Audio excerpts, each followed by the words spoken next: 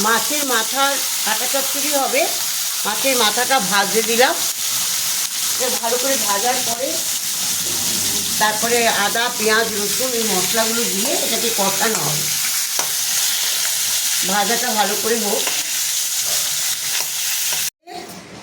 আদা পেঁয়াজ রসুন টমেটো কাশ্মীরি লঙ্কা হলুদ সমস্ত দিয়ে একটা মশলা করা আছে। এই মশলাটাকে আমি এবার দেব। মাছের মাথা ভাজা হয়ে গেছে, মাছের মাথা ভেজে তুলে রেখেছি। এবার আমি মশলাটা দেব।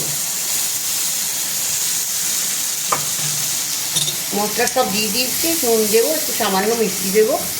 মশলা কষা হয়ে গেলে তারপর মাছের মাথাটা দেবো। আমি নুন দিয়ে দিলাম অল্প করে,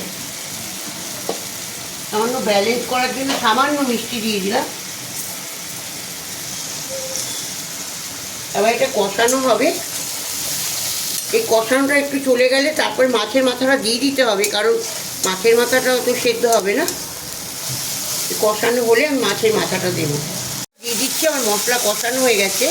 মাছের মাথাটা দিয়ে দিচ্ছি, কারণ এটা ভাঙা টুকরো হবে, করতে করতেই টুকরো হবে। এটা টুকরো হলে আমি সামান্য জল দেবো। এখন আর ভাঙছি না, একটু আঁচটা কমিয়ে দিয়ে এটা সেদ্ধ হোক, মশলার ভেতরে ঢুকুক মাছের মাথায়, তারপর আপনা আপনি ভেঙে যাবে নরম হয়ে গেলে।